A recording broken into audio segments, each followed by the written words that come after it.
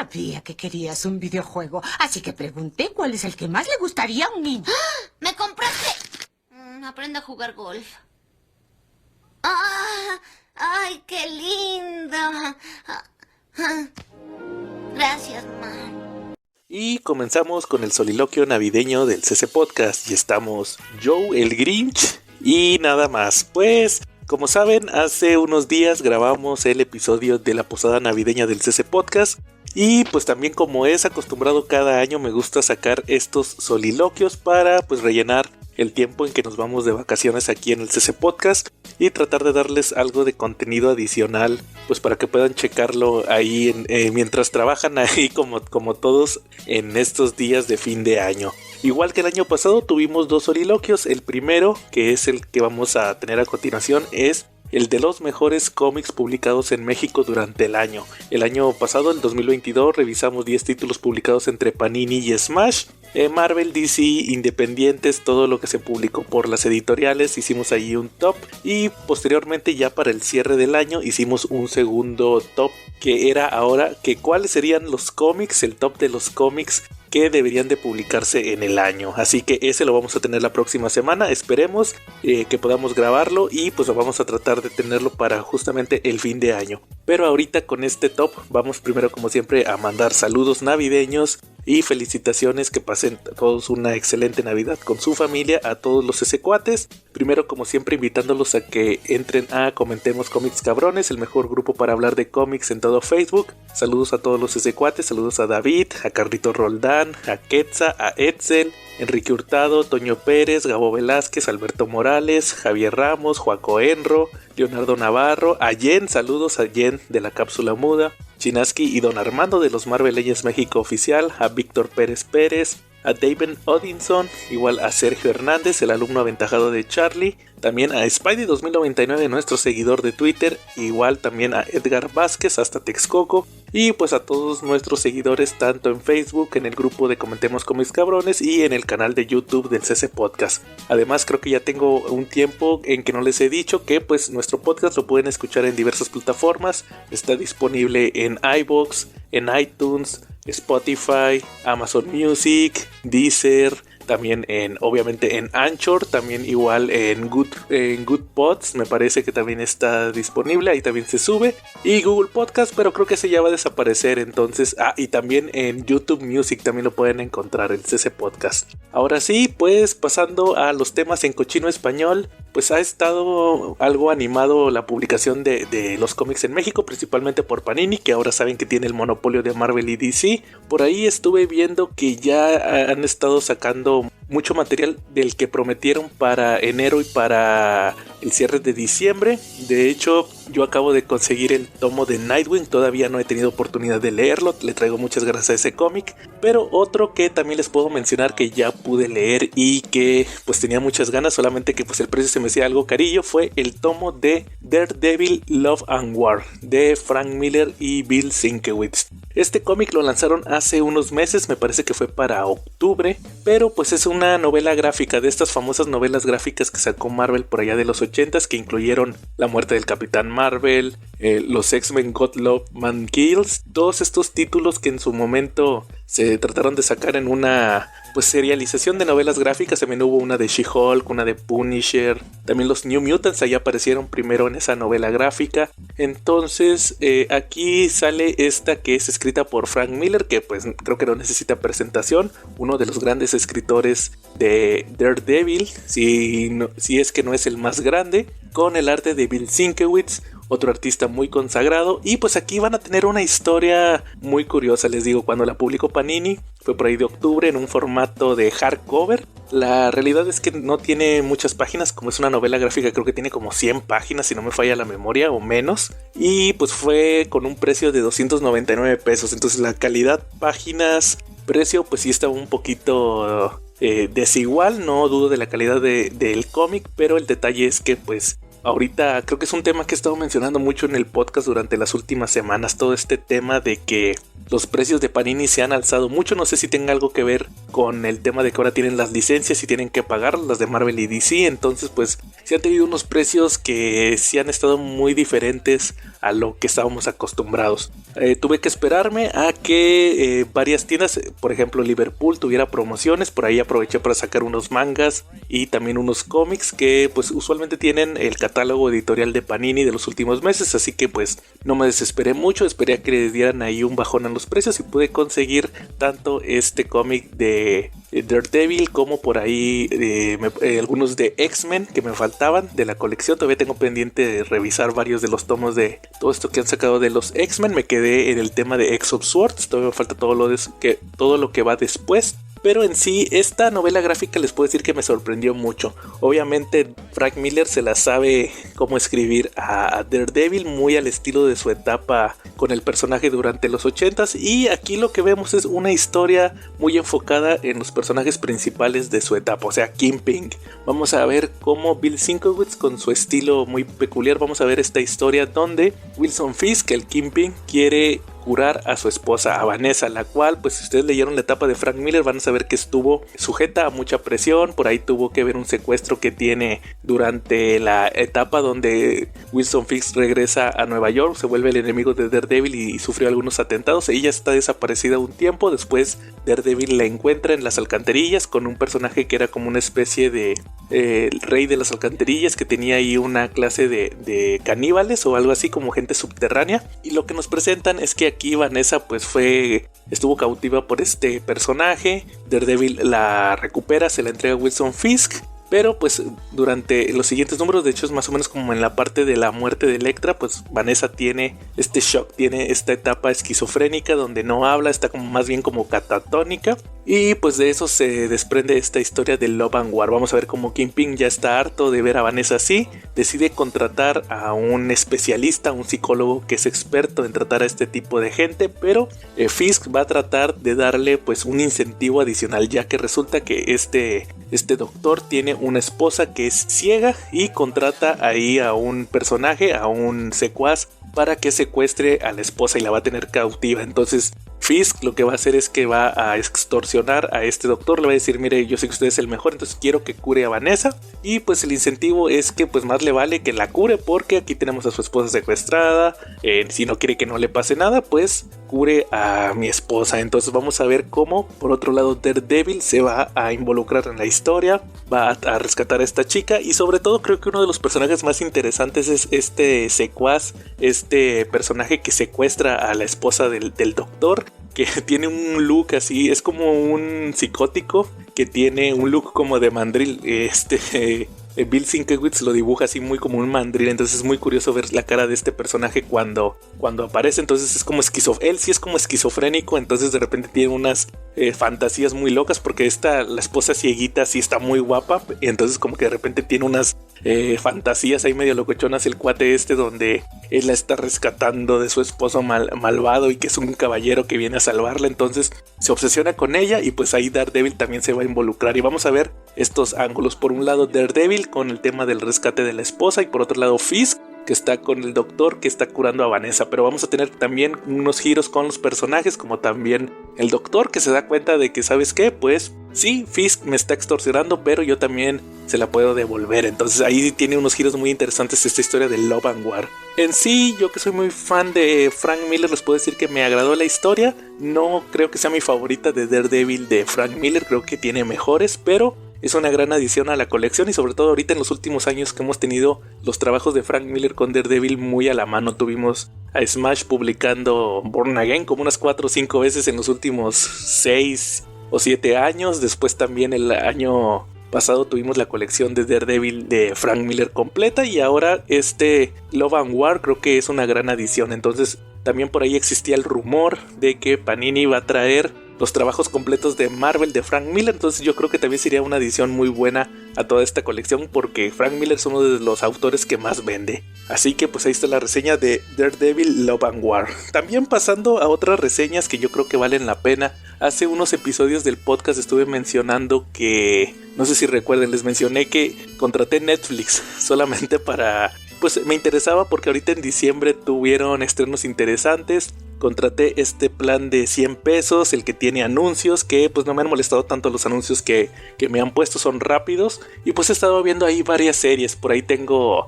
pendiente también la de Yu Yu Hakusho, un manga que me gustó mucho. Yo creo que la voy a mencionar en el próximo soliloquio, esperemos si alcance a terminarla de ver. Pero quería recomendarles ahí una serie documental que creo que me llamó mucho la atención. Hace unos meses, creo que fue en otro soliloquio, mencioné la serie de una de luchadores, donde pasaban lo que vivía una empresa pequeña de lucha libre, que fue muy famosa ya que fue territorio donde estuvieron luchadores de la WWE, donde los formaban. Pero ahora les voy a recomendar una que se llama Muscles and Mayhem, que es la biografía no autorizada de gladiadores americanos. Esta serie es muy al estilo de estas de Toys That Made Us. Todas estas son estos documentales como chistosos, pero que también muestran como que animaciones para representar anécdotas. Y lo que vamos a ver es la historia de este programa que fue muy famoso en Estados Unidos durante los 90s, el de los gladiadores americanos. Les he de comentar que empecé a hacer memoria y creo que me tocó ver alguno que otro de este programa en el canal 7, en Azteca 7 y en Galavisión de Televisa en los 90s. Yo creo que me tocó ver alguna repetición, pero pues este documental nos va a mostrar cómo fue todo un fenómeno. Tuvieron videojuegos, tuvieron figuras de acción y pues todo esto de este programa, no sé si alguna vez lo han escuchado. Si no no les tocó, no saben de qué se trata, pues era una especie de programa de concursos donde iban deportistas y tenían que cumplir ciertos retos donde también combatían. Era como una especie de prueba donde tenían que sobrepasar al gladiador americano, que eran pues un montón de físico-constructivistas que estaban ahí como para detenerlos. Entonces les ponían unos nombres así muy, muy locos como Ice, Thunder, Nitro, Gemini, así, ese tipo de nombres. Entonces pues el chiste era de que ellos, el objetivo era de que el participante tratara de pasar las pruebas, pero estos gladiadores iban a tratar de detenerlos. Para que me entiendan, era como una especie de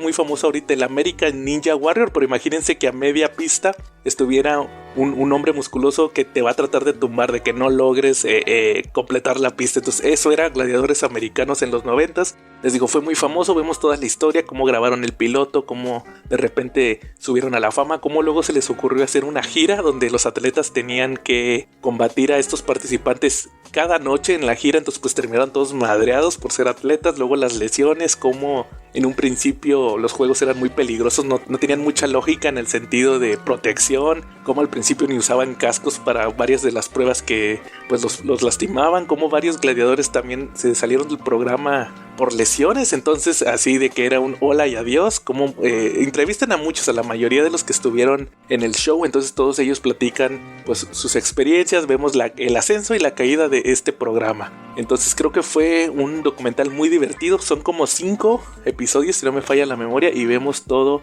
lo que representaba, y sobre todo con la cultura gringa de los 90s de los músculos. Obviamente también van a estar involucrados los esteroides y todos estos efectos secundarios. Creo que es un documental que vale muchísimo la pena. Si pueden checarlo, si ustedes no supieron nada de esto de gladiadores americanos, creo que vale mucho la pena. Y pues otra recomendación que también les voy a hacer de una vez, que creo que muchos estaban esperando, es que sí, ya vi Rebel Moon, la película de Zack Snyder. Y pues de una vez les voy a soltar mi reseña. No sé si dar spoilers, porque luego se queja mucha gente de que damos muchos spoilers aquí en el CC Podcast, pero pues sí, me la voy a aventar, así que aguas. Si ustedes no han visto Rebel Moon, pues atentos, porque voy a tratar de dar pocos spoilers, pero pues no vaya a ser que se me vaya a salir alguno. Mi opinión de Rebel Moon, esta nueva película espacial de Zack Snyder, pues les puedo decir que se nota mucho la premisa que dijeron en un principio, que es esta película que quiso hacer Zack Snyder de aventuras espaciales, que la gente de Star Wars le rechazó. Él tenía este plot, esta idea para una película de Star Wars, y pues la gente de Disney, o no sé si en aquel entonces era todavía Disney, le dijo que no les interesaba, y pues él hizo este trato con Netflix y pues se aventó esta película. La película en sí, les voy a mencionar, es un personaje que es una chavita, que es una especie de granjera, es la que sale ahí en los trailers, que pues vive en este planeta donde se dedican pues simplemente a sembrar y cosechar grano. Después de unos minutos nos enteramos ahí el desarrollo del personaje, que en realidad ella no nació ahí, que es una piloto que cayó, que nadie la conoce. Entonces la adoptaron ahí en el planeta, y pues como que se está escondiendo. no se sabe mucho de su pasado. Ya después vemos cómo de repente un día cae el Imperio Galáctico, que aquí creo que se llama el Mundo Madre o algo así, y pues muy al estilo de las películas estas donde hay una nación que está invadiendo, pues llegan y les dicen, pues miren, queremos ser sus amigos, solamente que necesitamos que nos den tanta cantidad de grano al mes y nos lo van a tener en cierto tiempo. Entonces pues los granjeros dicen, oye, espérate, pues muy apenas podemos sobrevivir, ¿cómo te vamos a dar nuestras provisiones? Y pues este general, que es el que llegó, pues le dice, pues a ver cómo le hacen, pero me van a tener estos suministros en tanto tiempo, si no, pues se los va a cargar el payaso. De hecho dejan ahí un regimiento de soldados que empiezan a aterrorizar también el pueblo. Es cuando esta chavita entra en acción, ya que salva a otra granjerita que la iban a atacar, iban a abusar de ella los soldados. Entonces al final sí la salva y pues se da cuenta que eliminó a este regimiento. Entonces pues ahora sí que sí se los va a cargar el payaso cuando regrese el general. Y pues tienen una idea. ¿Cuál es la idea? Que pues se van a ir a tratar de llamar a unos rebeldes, guiño guiño, que están combatiendo a este imperio, guiño guiño. Entonces pues al final esta chavita sale con otro granjero que en el pasado le vendió un excedente que tuvieron de grano a estos rebeldes, que pues eso era ilegal, ya que pues ellos son los malos entre comillas para la sociedad. Y pues después de tratar de localizarlos no los logran encontrar, encuentran a un contrabandista, guiño guiño, que es este actor Charlie Hunnam, se me hace que se llama así, se apellida así, es el de Pacific Rim, el que conducía a Gypsy Danger con la japonesita. Y pues ahí juntos él les dice que le den chance, que miren que pueden llegar a un trato y que les va a localizar guerreros. Entonces empieza una aventura espacial donde van a empezar a reclutar ahí a varios personajes que les pueden ayudar con esta batalla que van a tener contra este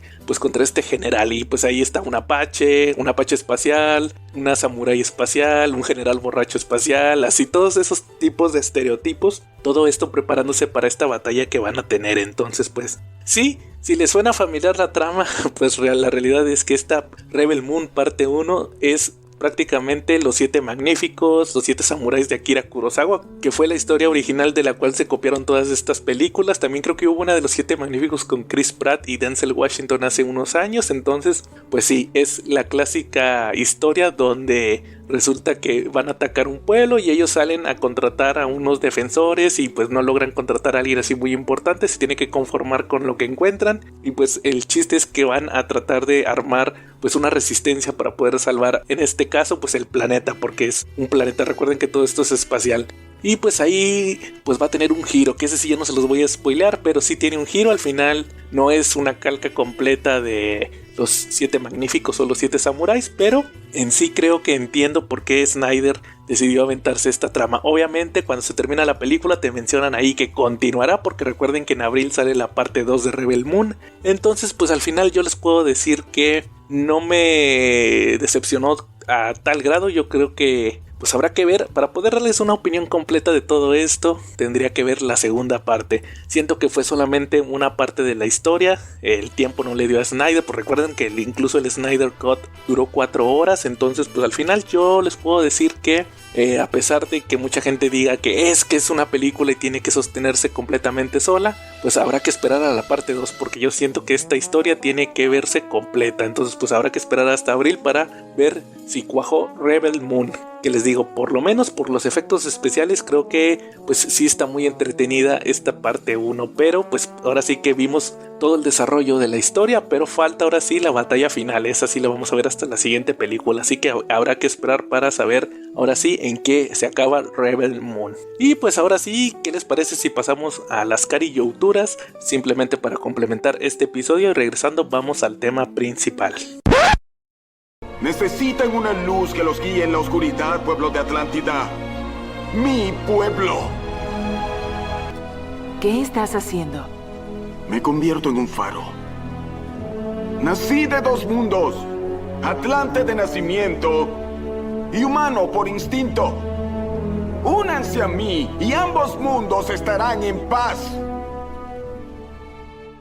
Hola amigos, aquí Joe del CC Podcast y sean bienvenidos nuevamente a las Cariyouturas, la sección del CC Podcast enfocada en animación y en la cual durante varios episodios hemos estado revisando las películas animadas de DC Comics, el universo que surgió cuando, después de los éxitos de las series como Batman y la Liga de la Justicia, decidieron sacar películas originales. Específicamente ahorita nos estamos enfocando en el universo que surgió después de la película de The Flashpoint Paradox. Ya revisamos las primeras dos, que fue Batman and Son y Justice League War, donde tuvimos los orígenes de la Liga de la Justicia y también el origen de Damian Wayne en estas películas. Ahora vamos a revisar la segunda película de el equipo por excelencia de DC Comics, la Liga de la Justicia, ahora con el debut de otro de sus integrantes, Aquaman, en la película El Trono de Atlantis, Justice League Throne of Atlantis. Esta película, que fue lanzada en 2015, tiene la curiosidad de que adapta uno de los arcos más importantes de la etapa de Geoff Johns con el equipo de la Liga de la Justicia, solamente que creo que vale la pena mencionar que en aquel entonces, en aquel 2015, estaba la etapa Nuevo 52, una etapa en los cómics que hemos mencionado,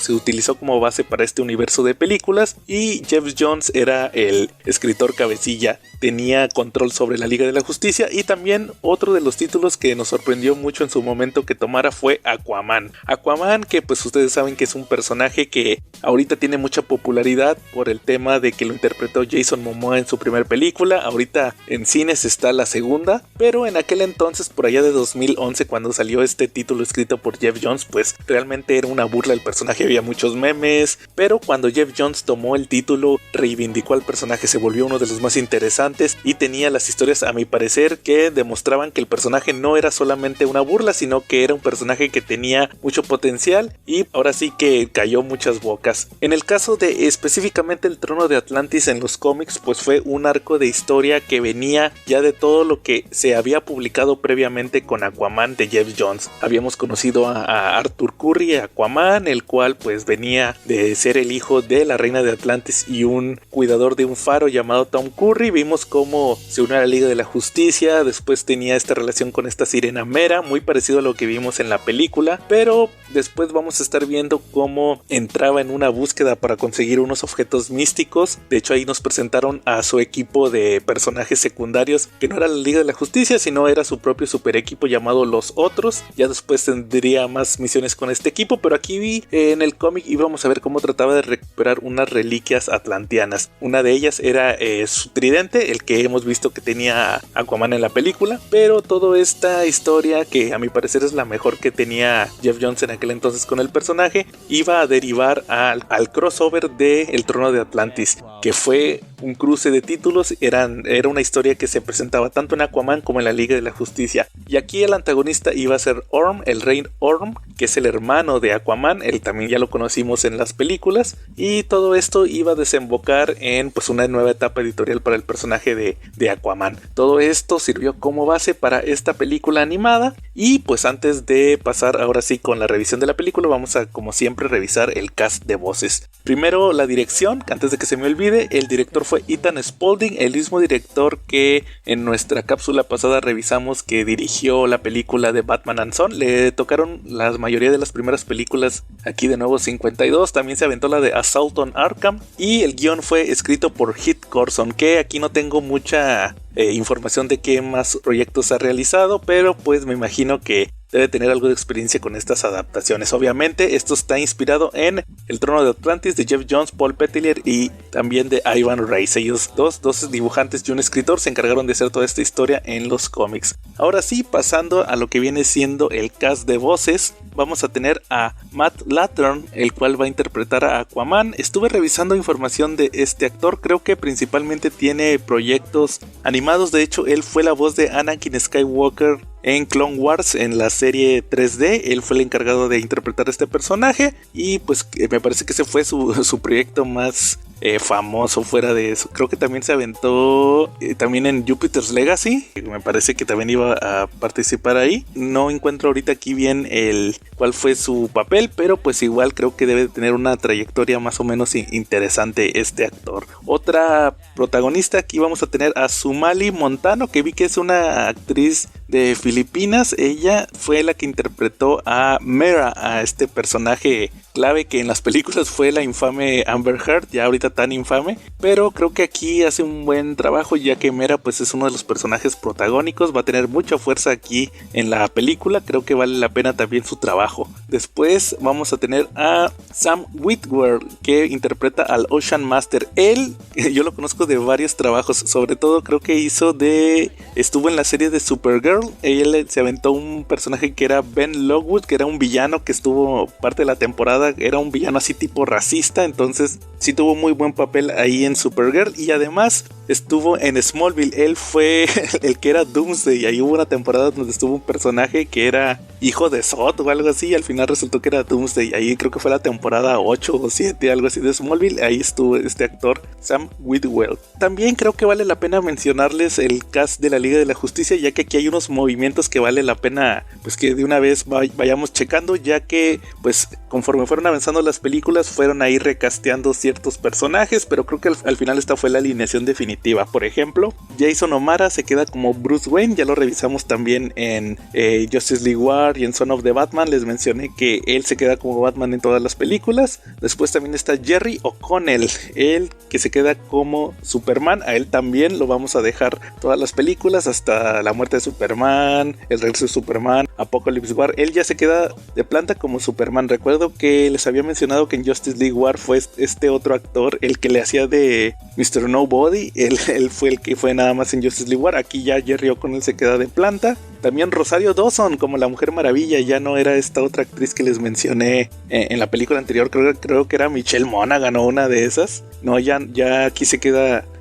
Rosario Dawson, y si no me falla la memoria, creo que por ahí también algo así, un movimiento medio extraño, participaba también Morena Baccarin, no recuerdo muy bien cómo quedan al final, pero sí, ella también tuvo algo que ver con Wonder Woman. Creo que ya en las siguientes películas nos queda un poquito más claro. Después también está Nathan Fillion, regresa como Hal Jordan, lo mencioné en la película de Emerald Knights, que él ya se queda como Green Lantern. En la película anterior también tuvimos otro actor, pero ya aquí Nathan Fillion también se queda con el papel. De igual manera que Sean Austin, Sam de El Señor de los Anillos, se queda como Billy Batson, ese sí queda de planta. E igual también Shemar Moore, el que hizo de Cyborg, también él ya se queda también definitivamente con este personaje. Así que pues vamos ahora sí a revisar de qué se trató la película de El Trono de Atlantis. Como les mencioné hace rato brevemente de qué se trató el cómic, aquí vamos a tener una reinterpretación del origen de Aquaman. Yo no les podría decir que esté tan basado en el cómic, sino más bien que está como que inspirado. Creo que es algo muy similar a lo de Son of Batman,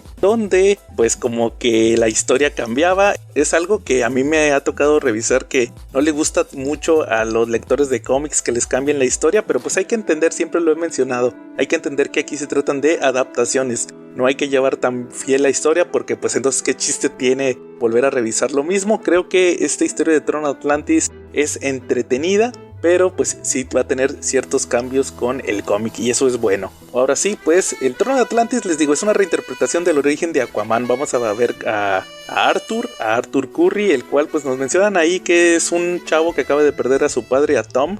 Se siente de cierta manera perdido, el hecho de que ser el hijo del cuidador de un faro, de que tener estas habilidades que no entiende, pero también vamos a conocer cómo pues tiene este linaje detrás. Vamos a ver a Mera, la cual está vigilándolo, esto a petición de la reina Atlana, la cual pues es la gobernante de Atlantis, pero ella misma también tiene problemas, ya que está su hijo Orm, el cual pues quiere definitivamente tomar el trono, eliminar a la raza humana y pues poner a los atlanteanos como la raza dominante del planeta. Todo esto va a tener ciertas consecuencias, ya que la Liga de la Justicia, como les he mencionado en otras ocasiones, aquí en este universo no es un equipo tan unido, cada quien anda en sus problemas. Vemos como Cyborg empieza a investigar el ataque que tuvo un submarino donde intervinieron estos atlanteanos. Ahí descubre que sí existe esta raza. Wonder Woman les confirma que pues en la mitología existían estos humanos submarinos, y pues deciden investigar más a fondo. Al mismo tiempo vemos como Orm empieza, junto con Black Manta, que es aquí su secuaz, empiezan a hacer estos movimientos para tratar de invadir la Tierra, y pues va a tener un conflicto, ya que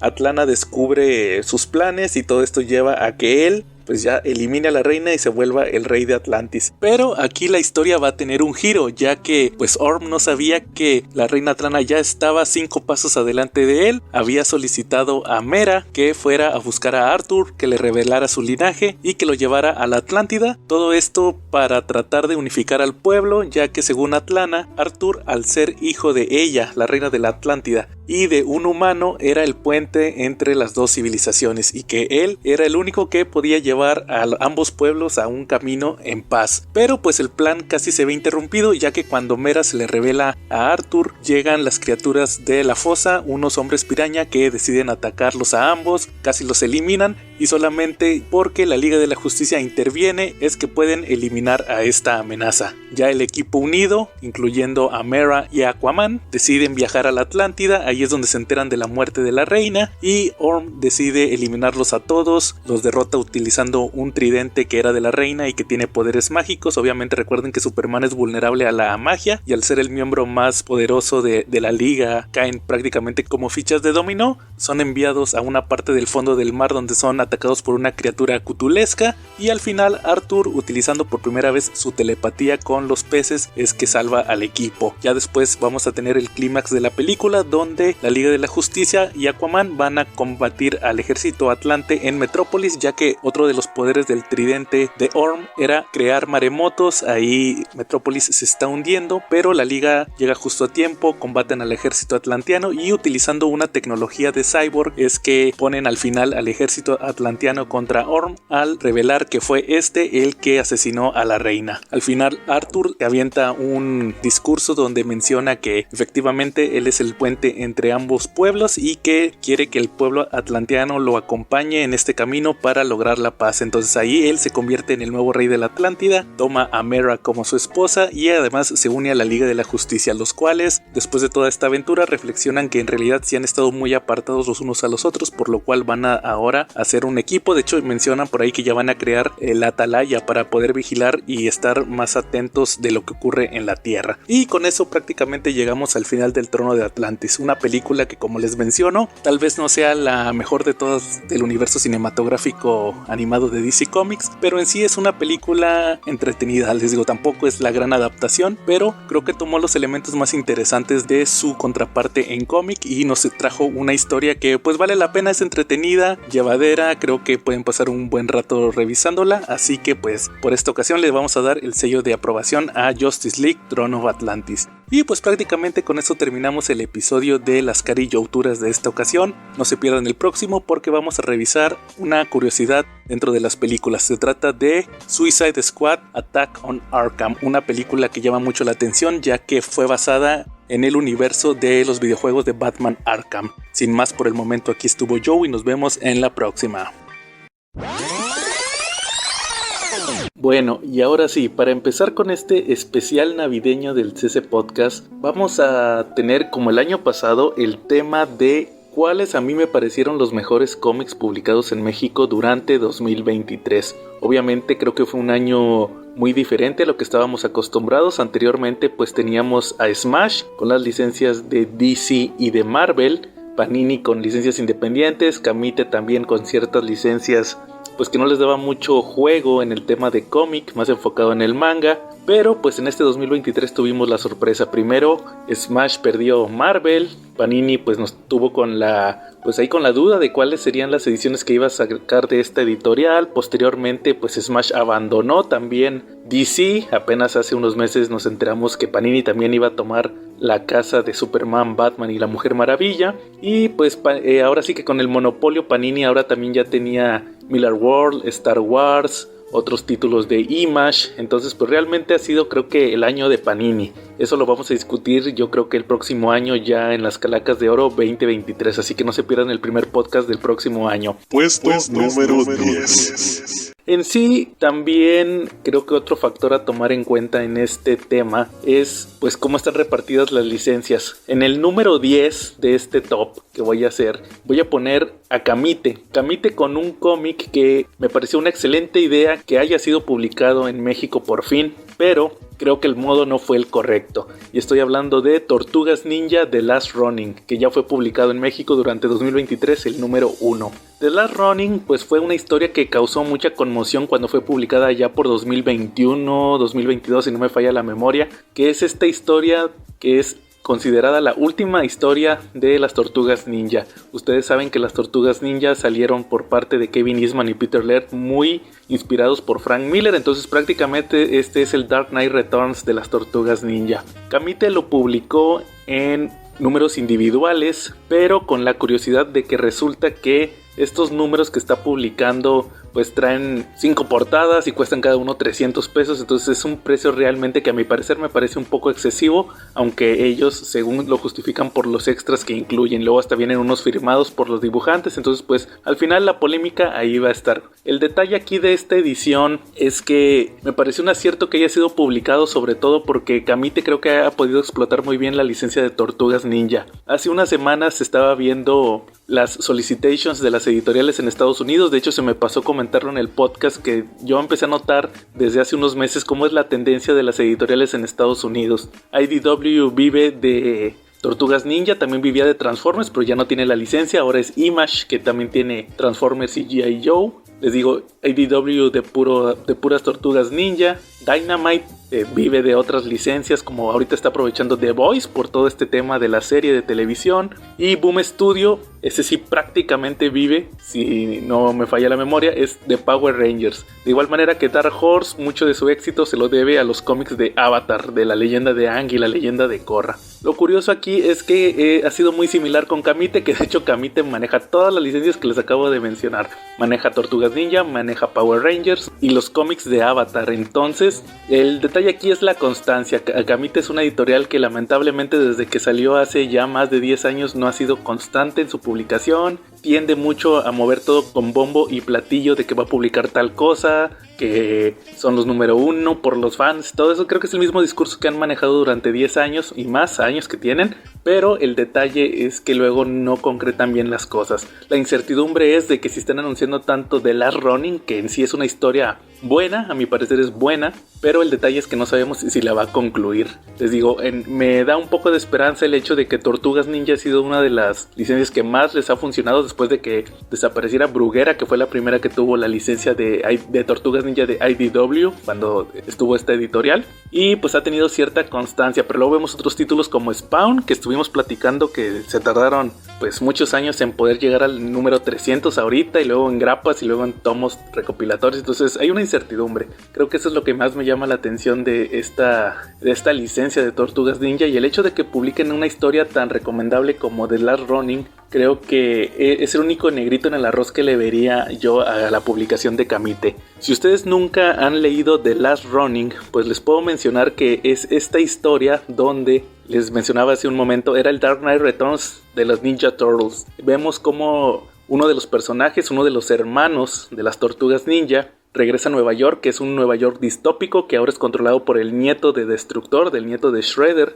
y se reencuentra con ciertos personajes, incluyendo a Avril O'Neil, para tratar de tumbar a este nuevo Destructor que es el que tiene el control de todo Nueva York. Durante esta historia vamos a estar conociendo cómo cayeron las Tortugas Ninja, cómo este hermano, este miembro de las Tortugas Ninja que está vivo, sobrevivió a duras penas, que estuvo haciendo todos estos años en el exilio, y sobre todo cuál es su punto de vista de toda esta situación. Vemos cómo incluso es atormentado por, entre comillas, los fantasmas de sus hermanos, que a cada rato lo están molestando, le están diciendo que no puede, que ya se dé por vencido, que no vale la pena, que ya mejor se reúna con ellos, pero este Ronin va a tratar de salvar a la ciudad de esta amenaza. Entonces creo que es una historia que lo mencioné en su momento cuando reseñé el cómic, que yo tenía cero expectativas, no me dejé llevar realmente por toda la emoción que tenían los fans de las tortugas, y al final me pareció, les digo, una historia buena a secas. Lo que más le podría rescatar es que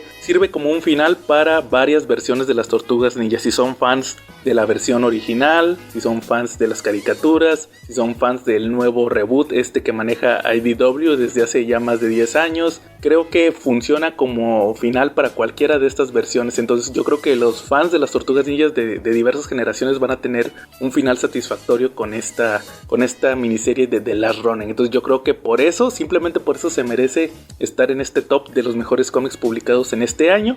Pero el detalle es el formato. Yo creo que habrá que ver en el próximo año si concluyen con The Last Ronin. No sé si ya estén vendiendo el número 2. Realmente no lo desconozco, pero pues habrá que esperar para poderles dar un veredicto. Puesto número 9. En sí, otro de los cómics que también creo que fue un acierto que se publicara en este año es el Must Have. Creo que ha sido uno de los formatos que más he criticado por parte de Panini. Esta edición en hardcover que ellos sacan cada mes, que le llaman el Must Have, que pues ellos dicen que son las historias esenciales que cualquier fan tendría que leer, pero pues la realidad es que sabemos, no hay que ser muy listo para saber lo que son, pues un mandato editorial que viene de otras colecciones, no sé si sea en Italia o en otros lados donde Panini tiene la licencia de Marvel, y pues es una especie de fórmula que siguen de historias que quieren manejar como historias esenciales, pero la realidad es que son TPBs en hardcover que solamente quieren sacar a la venta como historias que se pueden leer y ya. Creo que ese es un plus, pero el detalle es que creo que la selección de historias no es tan buena realmente.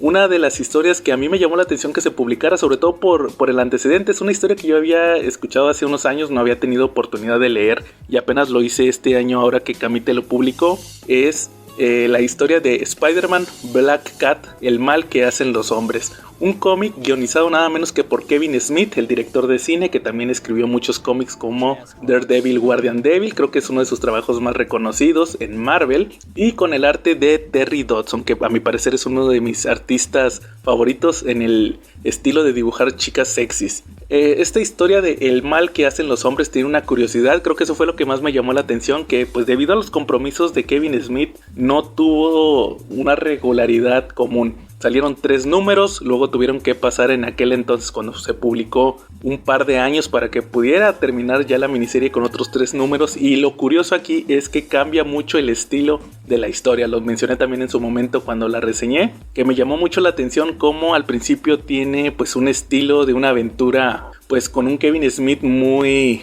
extrovertido. Vemos un Spider-Man que se supone que está casado con Mary Jane, pero me parece que en esta parte estaba distanciado. Es la parte de Straczynski cuando se distancian, que tiene mucho coqueteo con Black Cat. Kevin Smith escribe una Black Cat que se la pasa pues ahí coqueteándole a Spider-Man, diciéndole frases sugerentes. Luego Terry Dodson también ahí los dibuja en situaciones muy comprometedoras. Creo que ese es un plus para la historia, ver siempre esta relación entre Spider-Man y Black Cat. Creo que se presta mucho al juego de que si Spider-Man le quiere ser infiel o no a Mary Jane con Black Cat, pero eso simplemente queda en un veremos hasta la mitad de la historia, que es donde Kevin Smith tiene que pausarla por sus compromisos externos. Nos dejan en un cliffhanger donde también Black Cat está en una situación pues muy peligrosa en el ámbito personal, donde está a punto de pues hay una situación donde un hombre está a punto de aprovecharse de ella, pero luego después cuando regresa ya Kevin Smith con la segunda mitad de esta historia, tenemos ya una situación muy diferente, porque vemos cómo pasó pues ahí un asesinato. Black Cat se libró de este tipo, de hecho no nos lo muestran en ese momento, y pues la historia ahora cambia a otra, pues es un tono completamente diferente. Ahora vemos una Black Cat que quiere ayudar al hermano de este personaje, vemos a Spider-Man y incluso a Matt Murdock tratando de ayudarla, de zafarse de esta situación donde ella es la acusada. Pero en el tema personal o en el tema psicológico de Black Cat vamos a ver cómo ahora tiene pues un cambio completamente el personaje. Ya no vemos esta Black Cat sexy, juguetona, coqueta. Ya ahora la vemos muy reflexiva por una situación personal que le pasó, que está muy relacionada con este abuso que pudo haber sufrido por este otro personaje. Cuando lo reseñé en su momento, yo también llegué a mencionar que no sé si el Kevin Smith que escribió la historia originalmente tenía una mentalidad, luego se dio cuenta que a lo mejor estaba obrando mal o a lo mejor tuvo una situación personal con algún conocido que le hizo, ¿sabes qué? No está chido ver a las mujeres de este modo como objetos, a lo mejor es mejor escribir una historia donde Black Cat se supera, donde ella es autónoma, donde se empodera prácticamente. Creo que es un empoderamiento por parte de Black Cat y por eso le da un giro completamente diferente a esta historia. Eso es lo que creo que me llama más la atención, cómo empieza la historia de una manera y la termina de otra completamente diferente, y sobre todo al momento de leerlo en un TPB es muy notorio, sobre todo a la mitad de la historia, porque es donde ocurre este cambio. Primero tenemos, les digo, unos personajes de una forma y al final los terminamos con un giro completamente. Entonces es una curiosidad, la historia me parece entretenida a pesar de todo esto, y el arte de Terry Dodson me parece un plus. Creo que por eso también agregué esta historia de Black Cat y Spider-Man. O sea, es en una posición relativamente baja, pero creo que vale la pena haber mencionado que se publicó este año Spider-Man Black Cat, el mal que hacen los hombres, en el formato de Must Have de Panini. Puesto número 8. Bueno, otra de las historias que pues a lo mejor se sorprenden de que la haya puesto tan bajo en el top, y sobre todo porque es de mi ídolo Tom King, pero lamentablemente se publicó apenas ahorita a finales del año. Creo que está bien que lo ponga aquí, no mucha gente lo ha leído. De hecho, no sé si para cuando ustedes escuchen este podcast ya se haya publicado, ya esté al alcance de todos, Supergirl, Woman of Tomorrow, esta serie de Tom King y Bilquis Evely, que se publicó por allá de 2021, si no me falla la memoria. Yo estaba ahí viendo que era un nuevo cómic de Tom King y me llamó la atención, decidí suscribirme. Solamente 8 números que se publicaron y pues fue una historia que realmente no sabía qué esperar. Al final me llamó mucho la atención el arte, que es poco convencional por parte de esta artista Bilquis Evely, y sobre todo que fue un trabajo muy diferente a lo que nos tenía acostumbrado Tom King. Actualmente se publicó por parte de Panini en un hardcover. De hecho, me llamó también mucho la atención que se agotara tanto las grapas como las primeras ediciones recopilatorias cuando James Gunn anunció que utilizaría esta historia para una película de Supergirl a principios de año, cuando tuvo estos anuncios de los títulos que iba a sacar en las películas, de los cómics que se iban a utilizar para basarse en las películas más bien. Entonces, Supergirl Woman of Tomorrow es un cómic que, les digo, para mí al final fueron sentimientos encontrados. Es un cómic interesante, desde mi punto de vista es un poquito palabrudo. Creo que es un estilo que Tom King quería checar. Es como una aventura épica, una historia también de autodescubrimiento, pero creo que tiene muchísimo texto, más del que estoy usualmente acostumbrado. No digo que esto sea malo, solamente que sí me sorprendió que fuera de esta forma. Aquí en este título de Supergirl Woman of Tomorrow vamos a ver cómo Kara llega a un planeta donde conoce a esta chica llamada Ruthie, la cual era una granjera, la cual vivía en paz con sus hermanos, con su papá y con su mamá. Era pues una familia de granjeros. Cuando llegó pues un forajido que terminó asesinando a su padre, Ruthie quiere venganza, decide contratar un espadachín que pueda confrontar a este personaje, a este bandido, y puedan ya por fin vengar la muerte de su padre. Pero como Ruthie pues es una chavita muy joven, le ven la cara, muchos de los bandidos le quitan el dinero y al final no hace nada, hasta que se topa con Kara, la cual estaba casualmente en el planeta donde vive Ruthie con Crypto. Estaba curiosamente festejando su mayoría de edad bebiendo, ya que ya había cumplido 21 años, me parece que era la edad que cumplía Kara, ya era ya legalmente una mayor de edad. Entonces vemos cómo Kara decide confrontar a este personaje, ayudar a Ruthie en un principio, sobre todo en un planeta donde ella no tenía poderes, ya que estaban cerca de un sol rojo, y esto le trae consecuencias, ya que pues no es un bandido ordinario, es un mercenario que tiene ciertas habilidades. Termina disparándole un veneno a Kara y a Crypto. Kara de cierta manera lo resiste, ya más adelante en la miniserie, obteniendo la fuerza de un sol amarillo, ya puede recuperarse, pero el problema es Crypto, ya que Crypto, al ser un perro, un organismo más pequeño, no metaboliza bien el veneno, está muriendo, y pues ahora sí la misión es que además de que el villano se robó la nave de Kara y huyó al espacio, tienen que encontrarlo porque necesitan el veneno que utilizó en Crypto para crear un antídoto y poder salvar al super perro. Entonces durante estos 8 números vamos a ver cómo Kara y Ruthie van a estar viajando por el espacio en números pues muy reflexivos por parte de Tom King, donde nos va a estar mostrando diversas aventuras de los dos personajes, donde Ruthie se empieza a autodescubrir, se da cuenta de que pues era una granjerita, tiene que viajar por el espacio y conocer cosas nuevas. Kara también reflexiona mucho sobre el hecho de que era Supergirl, que ya salir de la sombra de su primo Clark, de Kal-El, de Superman, y al final pues vamos a ver cómo tienen un desenlace de esta historia que creo que al final nos da una moraleja muy importante de ambos personajes, tanto de Kara como de Ruthie. Creo que no es un cómic tan convencional, creo que si James Gunn no lo hubiera anunciado para la película no hubiera llamado tanto la atención. Lo bueno es que sí lo anunció, creo que le gustó la historia y por eso decidió integrarlo a los proyectos de DC, por lo cual pues ahorita se está publicando, está teniendo mucha popularidad. Qué bueno que más gente lea este tipo de cómics no tan convencionales, a pesar de que es de DC Comics. Entonces yo creo que vale muchísimo la pena. Si pueden checar, me parece que Panini lo publicó en un hardcover, si pueden checarlo ahorita o ahorita a fin de año o a principios del próximo, o igual esperarse a que lo pongan un poquito más barato en estas ventas que de repente tiene Panini. Yo creo que se van a llevar una buena experiencia. Les digo, son solamente 8 números, una historia completa. Creo que el único detallito que les digo es que si es un poquito palabrudo, si están acostumbrados a Tom King, si les va a dar un poquito de choque el hecho de cómo lo escribe aquí. Creo que quiso experimentar. Siempre he dicho que esta miniserie pues fue un experimento por parte de Tom King de tocar un género que él no había llegado tanto, siempre se iba un poquito más a lo militar, policíaco, urbano, y aquí con Kara en el espacio trae una historia que creo que vale muchísimo la pena. Entonces también ahí está para este top Supergirl, Woman of Tomorrow de Tom King y Bilquis Evely, publicado por Panini ahorita en diciembre de 2023. Puesto número 7.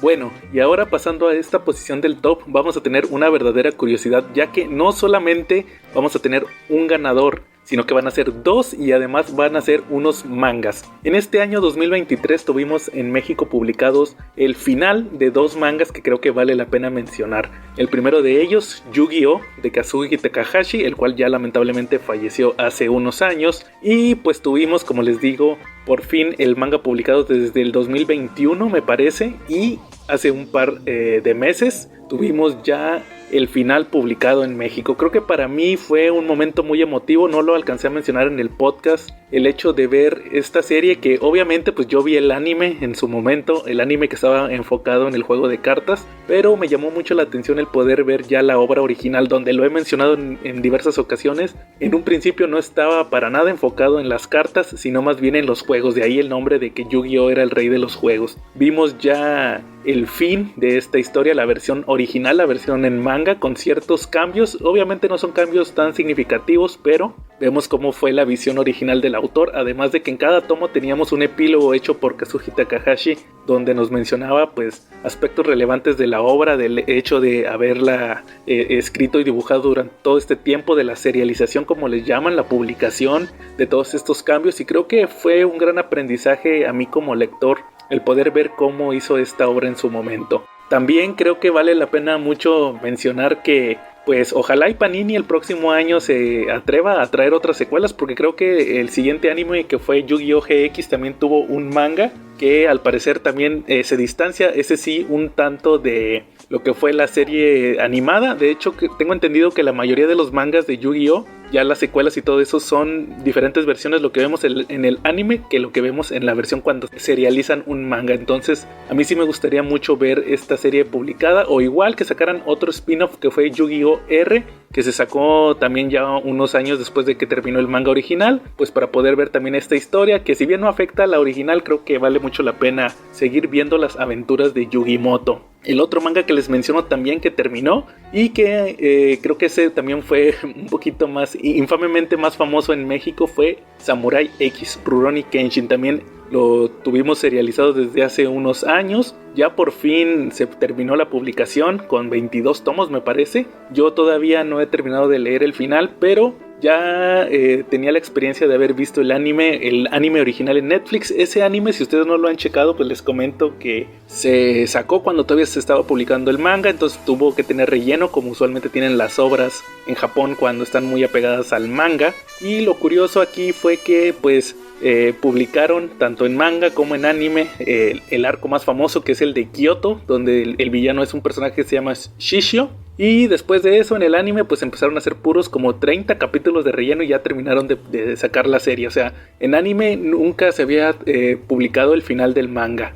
En las películas live action, que también alguna vez creo que las llegamos a mencionar también en el podcast, hace unos años, de hecho fue en la pandemia, sacaron las 2 películas que iban a presentar el final del manga. En las películas live action también ya habían puesto pues los arcos más famosos, solamente faltaba ese final inédito en anime. Y pues vimos aquí en 2, una que era como que el origen, el famoso origen de cómo Kenshin, el protagonista, obtiene su cicatriz en forma de X, y pues ya el final de la historia donde llega otro personaje de su pasado a cobrar venganza. Entonces pues así fue como ya lo tuvimos publicado. También me llamó mucho la atención que por parte del anime también ya no tardan en sacarlo. Tuvimos una adaptación nueva hace unos meses, creo que ya terminó. Y pues el próximo año le van a continuar ahora sí con el arco más famoso. Pero en el caso del manga, les decía que era infamemente famoso porque en su momento Editorial Beat publicó este manga de Samurai X y no lo terminó, lo dejó inconcluso. También el de Yu Yu Hakusho, que ahorita está en boca de todos porque acaba de recibir una adaptación live action en Netflix. Entonces por fin ya vimos el final. De hecho ese Yu Yu Hakusho también ya se publicó el final por parte de Panini. Me parece que en el caso de estos mangas, les decía desde el principio, creo que fue un gran acierto que ya por fin tuviéramos el final, sobre todo hasta los lectores más antiguos, los que vienen desde Editorial Beat, que leían esos mangas que sacaban, ya pudieron por fin leer. Obviamente no dudo que lo hicieran en forma digital, pero ya en una forma física, el poder tener para sus colecciones el final de estas historias que tanto nos gustan. Entonces yo creo que por eso en esta posición decidí poner estos 2 mangas, Yu-Gi-Oh! Y Rurouni Kenshin Samurai X, que por fin tuvimos el final en México en este 2023. Puesto número 6. Para esta posición número 6 decidí meter un cómic que en lo personal me sorprendió mucho cuando me enteré incluso que ya había sido publicado en México. Realmente pues no soy muy fanático de la editorial Camite, no estoy tan al tanto de sus publicaciones y me llevé una sorpresa hace unas semanas cuando supe que habían publicado el cómic de Crossover de Donny Cates y Jeff Shaw. Este título, he de decirles que en su momento, si ustedes no supieron la historia de cuando se publicó en Estados Unidos, pues fue una sensación. Venía Donny Cates de su exitoso run en Marvel con Venom, era el autor de moda. Cuando anunció este título tan ambicioso, esta trama tan pues llamativa, el número 1 se agotó. Por ahí me tocó ver cómo ofrecían a precios muy elevados la primera edición del número 1 y sobre todo por un cliffhanger que ahí tenía. Realmente era un proyecto muy ambicioso, o se creía que era un proyecto muy ambicioso en su momento. Ya cuando lo leí, lo compré en un TPB, que es el mismo de hecho que se publicó en México por parte de Camite, traía el mismo contenido, el primer arco de la historia. Pues debo decirles que sí me gustó la historia, se me hizo muy buena, por lo menos este primer arco. He leído lo que sigue a continuación hasta el parón que tuvo que hacer Donny Cates forzoso por el tema de su accidente, y pues Crossover al final es una historia muy divertida y creo que vale muchísimo la pena. Si ustedes no saben de qué va este cómic, pues ahí les va más o menos de qué se trata. Es un mundo común y corriente donde de repente en la ciudad de Denver, me parece que es Denver, Colorado, aparece un evento, un crossover de cómics. Aparecen superhéroes, villanos, empiezan a pelear, se destruye la ciudad. Entonces pues el mundo, específicamente Estados Unidos, toma después de este incidente pues una postura anti superhéroes, que es un mundo entre comillas real. Los superhéroes solamente existen en los cómics, de hecho hacen referencia a Marvel, DC, Image, todo esto, Dark Horse. Entonces pues fue un evento que trajo muchas consecuencias. La protagonista es una chavita que se llama Ellie, la cual es fanática de los superhéroes, y entonces es una marginada social, ya que pues para los ojos de la gente común y corriente pues los superhéroes trajeron toda esta desgracia al país después de todos estos acontecimientos que ocurrieron en Denver. De hecho los padres de Ellie se vieron ahí involucrados, ella ya no está con ellos, y pues la historia ocurre cuando de repente en la tienda de cómics que ella frecuenta, que de hecho siempre tiene manifestantes afuera, llega una chavita llamada Ava, la cual es un personaje de cómic. De hecho los pueden identificar muy fácil porque están punteados, están coloreados con puntos, así muy al estilo de los cómics. Entonces pues la gente empieza a tener miedo, se empieza a reaccionar. Por ahí anda un reverendo que instiga a su hijo, que es otro de los protagonistas, un chavito que se llama Ryan, a que aviente una bomba molotov y se queme ahí la tienda de cómics. Esto le hace que tenga el odio de Ellie. Y pues todo esto va a generar la historia. ¿Por qué? Porque ahora el objetivo de Ellie es reunir a Ava, a esta niña de los cómics, con sus padres que también están atrapados en el crossover. Es como un domo, la ciudad de Denver quedó atrapada en un domo y adentro está pasando el crossover. Aquí lo curioso es que en un principio Donny Cates empieza a utilizar estos personajes originales, los empieza a combinar con personajes de otros cómics que él hizo, como God Country en Image y otra serie de superhéroes que tuvo que se llamaba Payback en Dark Horse. De hecho llega a hacer incluso chistes sobre que le cancelaron esa serie, pero ya más adelante, conforme va avanzando la historia, vamos a ver cameos de muchos personajes. Por ahí aparecen Glory de Rob Liefeld, también Darkness, Witchblade, incluso Irredeemable, Incorruptible de Mark Waid, zombies de Walking Dead, personajes de Astro City, también por ahí Savage Dragon, Spawn, Hit-Girl, incluso llega a aparecer Hit-Girl. Otros personajes de otras series de Image también llegan a aparecer por ahí. Entonces se vuelve una historia muy divertida al final de este primer arco, que fue lo que se publicó en México. Y les debo de decir que tiene una gran revelación al final, que va a ser parte importante de lo que continúa la historia. Ya el segundo arco, Donny Cates nos empieza a presentar una historia alternativa, dándole un poquito más de protagonismo a otros personajes. De hecho, aquí lo curioso es que también llegan a aparecer hasta incluso autores. Por ahí mencionan a Brian K. Vaughan, Scott Snyder. También toma mucha relevancia a Robert Kirkman, Brian Michael Bendis. De hecho, el segundo arco, uno de los protagonistas son los policías de Powers. Saludos a la Calaca, que es bien fan de ellos. Entonces, Crossover creo que es uno de los cómics más originales y más ambiciosos que se ha aventado Donny Cates en los últimos años. Les digo, ahorita está parado el cómic y de hecho son todos los cómics de Donny Cates por un accidente que tuvo. Lo platicamos hace unas semanas en el podcast. Entonces pues esperemos que todo salga bien y próximamente podamos tener más números de Crossover para ver en qué acaba esta historia tan imaginativa. Yo creo que fue un gran acierto. Vamos a ver si Camite en el 2024 publica el tomo 2 y pues a esperar a que Donny Cates mejore y pueda continuar con esta historia. Pero por eso decidí poner este título de Crossover en el puesto número 6 de este top. Puesto número 5. Continuando con otra serie que a mi parecer debe de quedar alto aquí en este top de los mejores cómics publicados en el año, voy a escoger una serie que publicó Smash ya con sus últimas fuerzas a principio de año. De hecho fue de lo que se anunció cuando anunciaron las novedades de 2023, esas novedades que muchas nos prometieron y al final no nos cumplieron, con el hecho de que abandonaron la rama editorial de DC Comics, y fue justamente Batman 89, esta historia con el guionista original de la película y además con el arte de Joe Quiñones. Entonces fue un cómic que les debo decir, a mi parecer yo no me llamaba la atención, no porque no sea fan de Michael Keaton, sino pues no sabía qué podían contar, porque lo querían vender como la continuación de las películas de Tim Burton. Al final esta historia que nos presentaron creo que tuvo un gran desarrollo. A mí me gustó mucho, realmente me sorprendió. Creo que eso fue lo más significativo, el leer esta historia, el ver cómo usaron la cabeza para poder mostrarnos una continuación que fuera coherente con lo que ya habíamos visto en las primeras dos películas en las únicas dos películas de Tim Burton, las primeras dos de Batman. Y además de eso también usar ciertos conceptos que por muchos años hemos escuchado que se iban a utilizar, como por ejemplo el Robin de color, que iba a ser uno de los Wayans. Aquí lo vemos representado. También darle continuidad a otros personajes que ya no vimos, como por ejemplo el Harvey Dent de Lando Calrissian. Entonces esta historia creo que fue un buen título. De hecho actualmente se acaba de publicar la segunda miniserie, que es Echoes. Acaba de salir el número 1 hace un mes, lo llegamos a comentar también. Y también se publicó la miniserie de Superman de Christopher Reeve, que esa sí ya no la vimos publicada en México, la había prometido Smash en este famoso año de Superman, pero pues al final no lo vimos. También en Estados Unidos se está publicando la segunda miniserie de Christopher Reeve. Entonces vamos a ver si Panini en este 2023 se anima a traer ya la historia inédita de Superman y pues ver la continuación de Batman, que les digo apenas empezó a publicar en Estados Unidos. Batman 89 es una miniserie donde vamos a ver una continuación teórica de lo que vimos en las películas. Vamos a ver a este Bruce Wayne que sigue combatiendo el crimen. De hecho, una de las pandillas más grandes es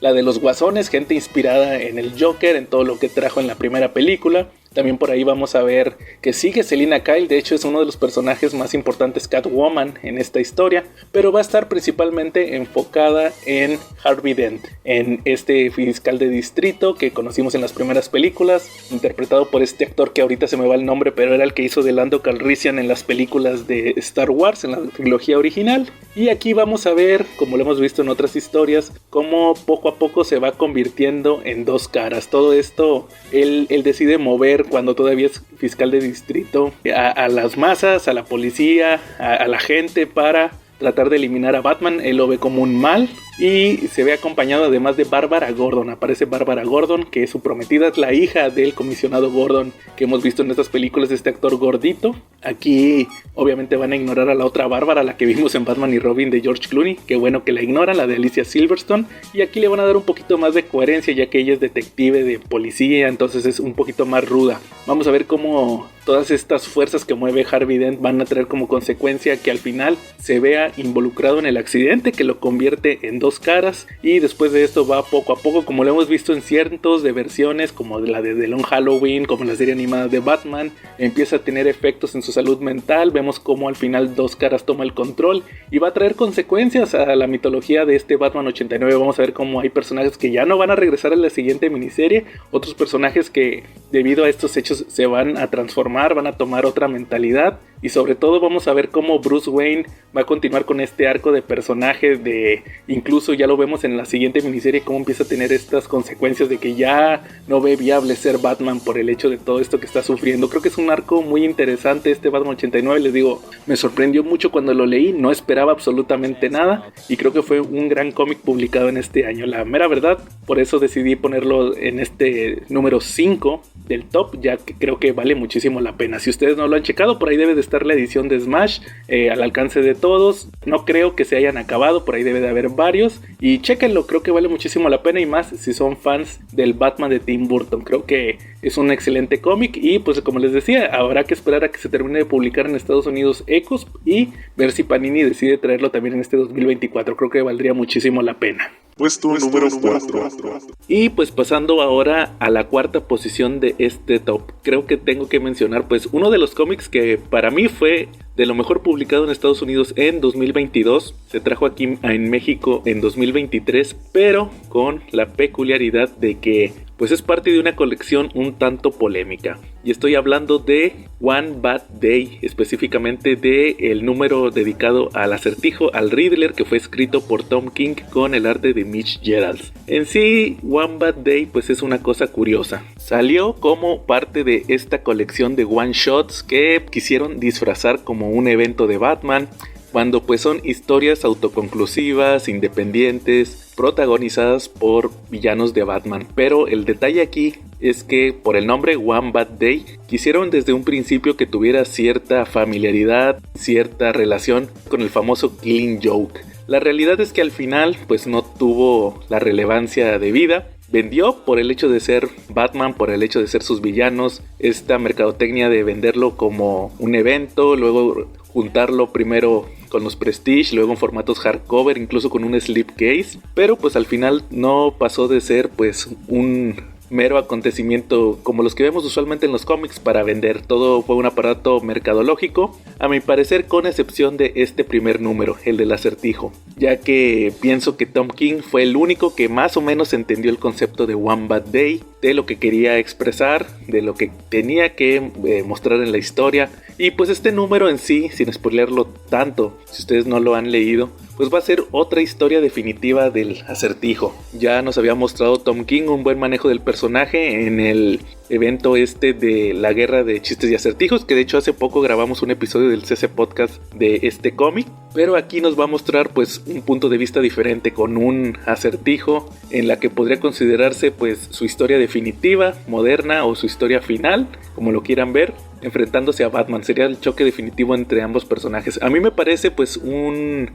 valga la redundancia, un Killing Joke del Acertijo. ¿Por qué? Porque vamos a ver la historia en el presente donde enfrenta a Batman, pero también vamos a ver parte de su pasado, y es un pasado que creo que contrasta muy bien con todo lo que conocíamos del personaje, con cómo se comportaba, cómo trataba a la gente, todo este tema de los acertijos, su obsesión con estos, pero ahora está justificado de una manera pues muy inteligente. Vemos cómo de niño tenía la presión, todo esto viene de todo lo que vivió, de cómo los acertijos jugaron pues una parte importante de su vida, de su formación, no de la forma que todos creerán, pero pues al final influyó en él. Entonces vamos a ver cómo todo este pasado va a tener ahora una repercusión en el presente, donde Batman está tratando de detener al Acertijo que volvió a escaparse de Arkham. Tiene aquí pues unos momentos pues muy creepy, muy al estilo de Killing Joke. Les digo, al final creo que Tom King fue el único que entendió que tenía que ser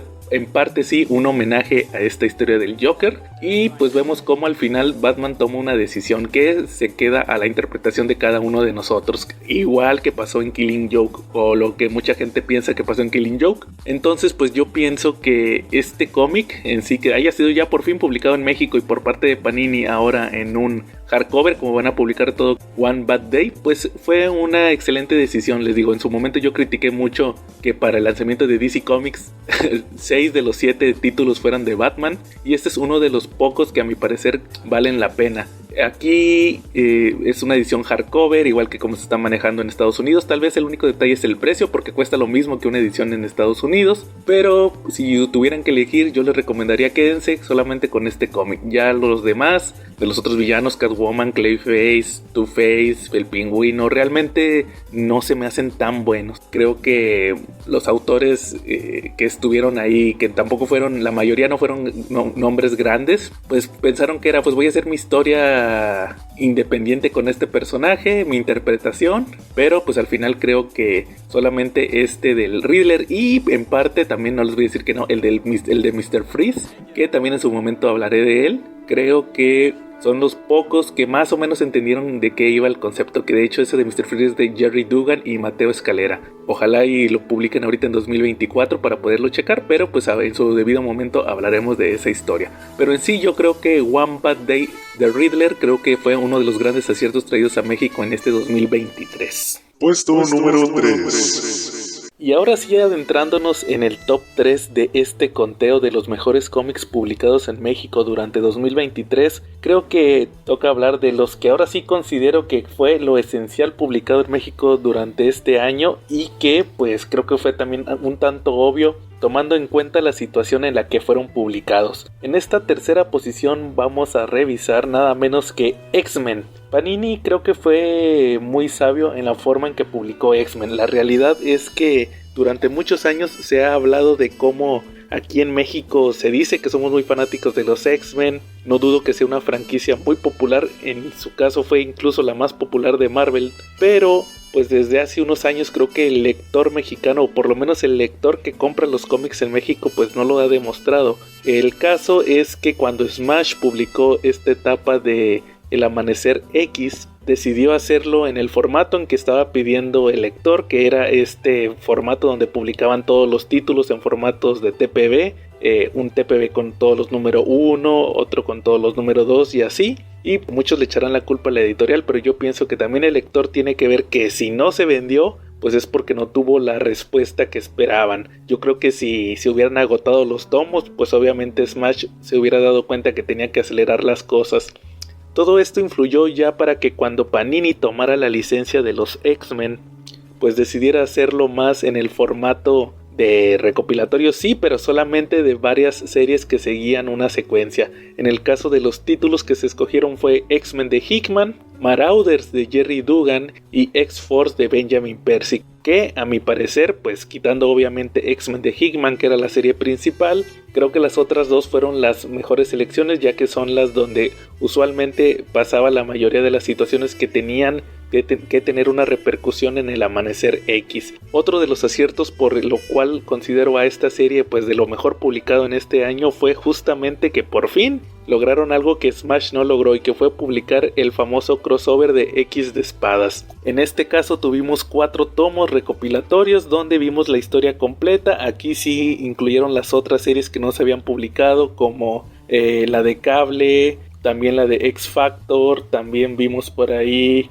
Excalibur. Entonces creo que fue una forma correcta de publicación por parte de Panini al final, el estar publicando X-Men de esta manera en tomos quincenales, que a lo mejor en un principio pudo haber sonado algo precipitado o algo caro también, pero al final creo que ha sido la manera donde ya nos pudimos emparejar. De hecho, ahorita acaba de pasar la Hellfire Gala, ya están viendo otras miniseries que tuvieron consecuencias en base a este evento, de Magneto, de la Bruja Escarlata, también por ahí vienen unos de Wolverine. Entonces pues ya todo está encaminado a Inferno, la miniserie con la que termina la etapa de Jonathan Hickman, y que además después de esto ya va a venir todo lo que sigue con otra Hellfire Gala, con otros eventos que han estado ahí repercutiendo, y que ahorita ya curiosamente en Estados Unidos vamos a entrar en la etapa final de esta etapa de Krakoa, vamos a llamarla así, ya con las miniseries que van a terminar con pues esta parte de la historia de los X-Men que fue muy exitosa, para muchos creo que ya está muy rebuscada, y pues en su debido tiempo lo vamos a tener publicado aquí en México ya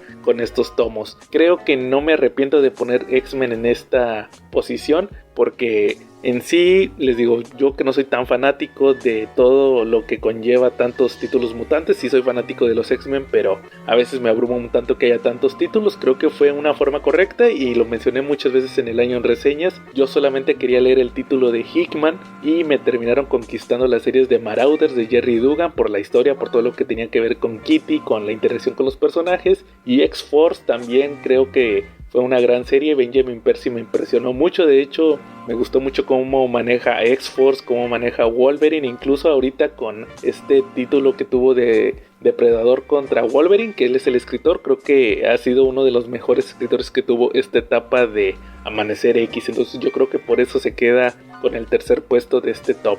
Puesto número 2. Ya en el segundo creo que fue una decisión muy difícil decidir cuál iba a ser este y el primero, pero pues al final me decidí por poner aquí en esta posición a Superman for All Seasons. Creo que les puedo decir que a mi parecer es la última joya publicada por Smash, un hardcover donde se incluía esta miniserie de Jeff Loeb y Tim Sale, donde vamos a ver durante un año la vida de Superman, un Superman que apenas comienza en Metrópolis. Tal vez no sea el Superman más estético, creo que lo discutimos mucho incluso en el episodio que tuvimos del podcast de este cómic. El estilo de Tim Sale es muy diferente dibujando a Batman que dibujando a Superman. En sí creo que la historia es lo suficientemente buena para que nos podamos conformar con esto y que no nos importe. La realidad es que lo que estamos viendo es a Superman, al Superman que siempre conocemos, y que pueda tener una historia que valga muchísimo la pena. Como les decía anteriormente, me parece que fue el último gran cómic publicado por Smash, sobre todo después de tanto tiempo de estarlo esperando. Recuerdo cuando publicaron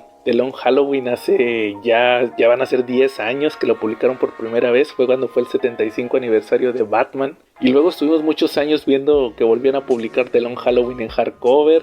Luego ya el año pasado tuvimos la secuela, la de The Dark Victory, que yo ya no la compré con Smash, la compré en inglés, y posteriormente tuvimos también la de Catwoman cuando estés en Roma, que era creo que el gran faltante. Por ahí también las precuelas, las primeras historias de Halloween que publicaron Jeff Loeb y Tim Sale, también las habíamos tenido en un grandes evento, si no me falla la memoria, y ya por fin solamente faltaba la de Superman. Creo que este año se marcó por ser el 85 aniversario del personaje, pero creo que tuvimos muy poco material publicado de Superman. Esperemos si Panini se ponga las pilas en este 2024 ya con más material de Superman, y pues van a aprovechar también porque ya también viene el 85 aniversario de Batman. Creo que ya se publican demasiados títulos del personaje, pero pues no creo que sea excusa para que no vayan a seguir publicándolos. En sí, si ustedes nunca han leído Superman for All Seasons, les puedo mencionar que es una historia donde vamos a ver el crecimiento de un Superman novato durante un año. Vamos a ver cómo están en Smallville,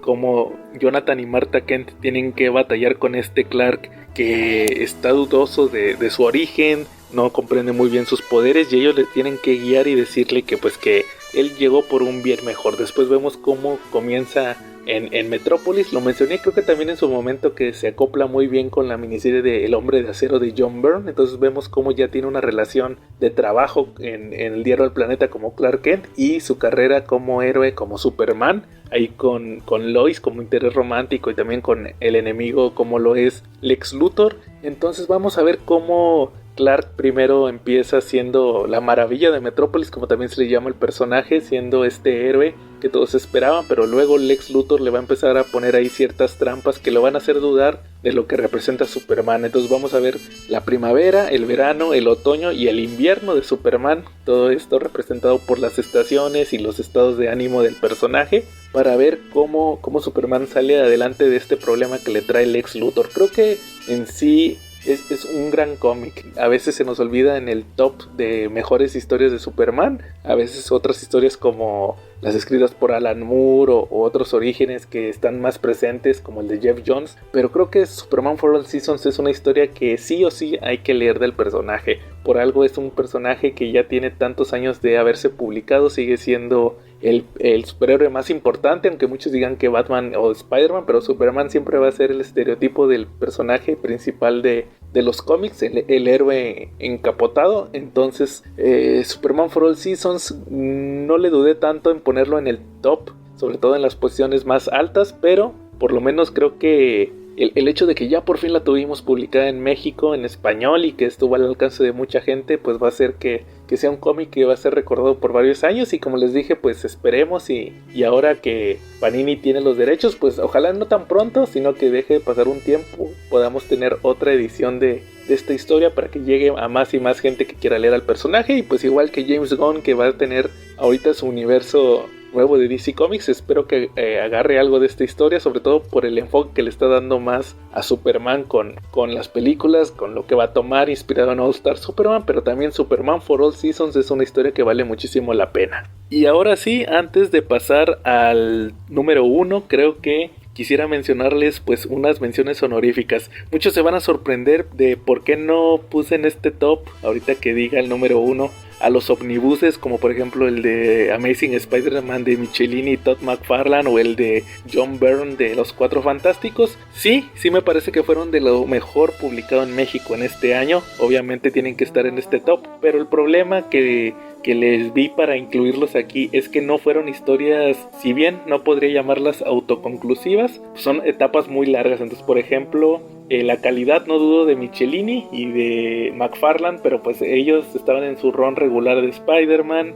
También en el caso de John Byrne, su etapa de Fantastic Four duró todavía otro omnibus. Entonces pues no digo que no merezcan estar aquí, pero yo cuando hice este top lo que preferí fue que fueran historias autoconclusivas, o que cualquier persona pudiera encontrar y leer sin ningún problema. O sea, que al final tuvieran una historia que comience y una historia que termina. Eso es lo que principalmente busqué en las opciones que incluí en este top durante este año. Igual también otro que creo que se me pasó a incluir en el top fue Avengers Forever, que estuvo publicado en el Must Have de Marvel, pero el problema aquí, que a pesar de que a mí me encanta Kurt Busiek, es que es una historia que, por ejemplo, al buen Charlie, saludos a Charlie, que es muy fan de los Avengers, para él es una gran historia, pero yo que no soy tan fan de los Avengers, pues creo que sí me cuesta un poquito más entenderla, ya que tiene demasiadas referencias a los personajes. Creo que les he mencionado varias ocasiones que para mí este año fue el año de Marvel en México, por el hecho de la calidad y la cantidad de títulos que vimos publicados en el año de este editorial. Y como les digo, al final los omnibuses de Amazing Spider-Man, de Fantastic Four y Avengers Forever obviamente debían de estar en este top, por eso los menciono en las menciones honoríficas, pero pues lo que quise darles es más recomendaciones. Creo que siempre se ha tratado de aquí de recomendaciones de títulos que puedan mencionarles, que puedan buscar y que puedan leer sin ningún problema. Creo que fue la característica principal en todos los títulos que mencioné y por eso no los incluí tal cual en el top, pero ahí están las recomendaciones. Puesto número 1. Y ahora sí, el número 1 para mí en este año, creo que es obvio, fue Immortal Hulk. Un título que pues estuvo muy curioso el tipo de publicación que tuvimos, ya que recordarán que fue anunciado con bombo y platillo por parte de Smash en su momento. Se sacó en grapas, luego se sacó en un tomo recopilatorio, solamente tuvimos 10 números publicados, ya después no supimos nada. Fue la gran interrogante debido al éxito que tuvo la serie en Estados Unidos. Fue todo un fenómeno cuando se publicó en Estados Unidos por parte de Al Ewing y Joe Bennett, y pues nos dejaron ahí con la duda de si alguna vez tendríamos nuevo material de Hulk. Sería posteriormente, hasta que ya Panini toma los derechos de Marvel en México, que ya tendríamos ahora sí Immortal Hulk publicado enteramente. Creo que fue un riesgo muy grande, ya que al principio ellos decidieron publicar los primeros 2 tomos, que pues mucha gente ya tenía esas ediciones, fue lo publicado anteriormente por Smash y no les importó. Al final sí, siguieron continuando con la historia, se publicó entera, acaban de publicar el tomo 10 que concluye la serie regular. Todavía va a haber otros 2 tomos donde vamos a estar viendo pues ya otras miniseries y otros números relacionados, pero la historia principal ya la tuvimos concluida en México, con una resolución muy satisfactoria a mi parecer. Creo que fue un título que vale muchísimo la pena. Al final, ya cuando lo leí, les puedo decir que sí me gustó mucho,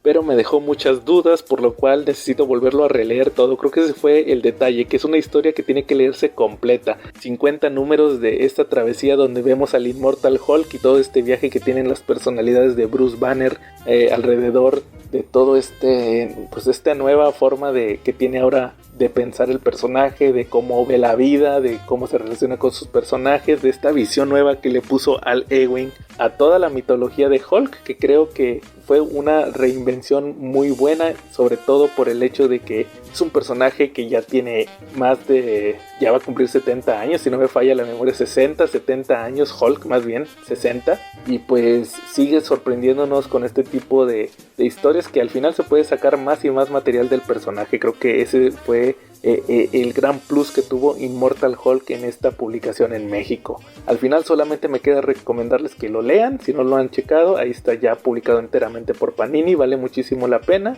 Y posteriormente pues vamos a tener, les digo, más miniseries. Creo que después va a seguir la etapa también de Donny Cates y luego esta de Philip Kennedy Johnson, pero si se tuvieran que quedar con una etapa de Hulk, yo les recomendaría que checaran Immortal Hulk. Creo que es una historia completa que vale muchísimo la pena. Y pues prácticamente con eso ya terminamos el top. Ya revisamos los 10 títulos que a mi parecer fue lo mejor publicado en México durante 2023.